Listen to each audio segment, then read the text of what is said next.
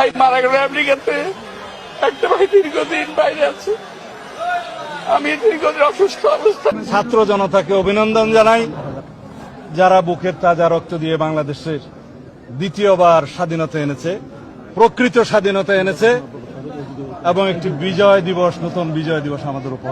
School কলেজের মাসুম বাচ্চারা নিজেদের জীবন দিয়ে রক্ত ঝরিয়ে আমাদের কাছকে মুক্ত করেছে, গোটা জাতিকে মুক্ত করেছে, যাদের শহীদী আত্মত্যাগের মধ্যে দিয়ে আজকে গোটা জাতি মুক্তি লাভ করেছে এক ভয়ঙ্কর ফ্যাসিবাদ থেকে। নতুন নতুন আইন হচ্ছে, এই আইনে এখন কথাও বলা যাবে না। যাবজ্জীবন কারাদণ্ড, 1 কোটি টাকা জরিমানা। একমাত্র রাজাকাররা, পাকিস্তানপন্থীরা স্বাধীনতা যুদ্ধকে স্বীকার করে নাই। তারা এখন বলতে চায় ওই স্বাধীনতা না, দ্বিতীয় স্বাধীনতা রয়েছে। আমি প্রথম প্রবেশ করেছি, দ্বিতীয় স্বাধীনতা বলে বাংলাদেশে কিছু নাই। স্বাধীনতা একবারই আসে এবং রক্তক্ষয়ী সংঘর্ষের মাধ্যমে আমরা স্বাধীনতা যুদ্ধ করেছিলাম এবং যুদ্ধে জয়লাভ করেছিলাম।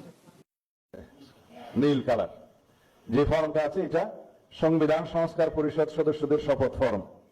আমরা কেউ সংবিধান সংস্কার পরিষদের সদস্য হিসেবে নির্বাচিত হইনি। গণভোট বলে কিছু নাই, গণভোট বলে কোনো আলোচনার বিষয় নেই। এটা ওখানেও কোনো এজেন্ডা ছিল না, এখন গণভোটের কোনো এজেন্ডা নেই। এরপরে কোনোভাবে ঐক্যমত হওয়ার কিছু নাই। যেটা ঐক্যমত হওয়ার অতটুকু হইতে চ্যাপ্টার ওখানে ক্লোজ হয়েছে।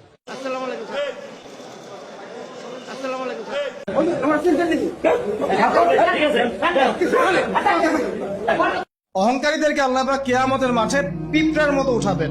তাদের আকৃতি মানুষের সমান হবে না, ছোট ছোট কালো পিঁপড়ার মতো হবে এবং অন্ধকার ওদেরকে ঢেকে নিবে।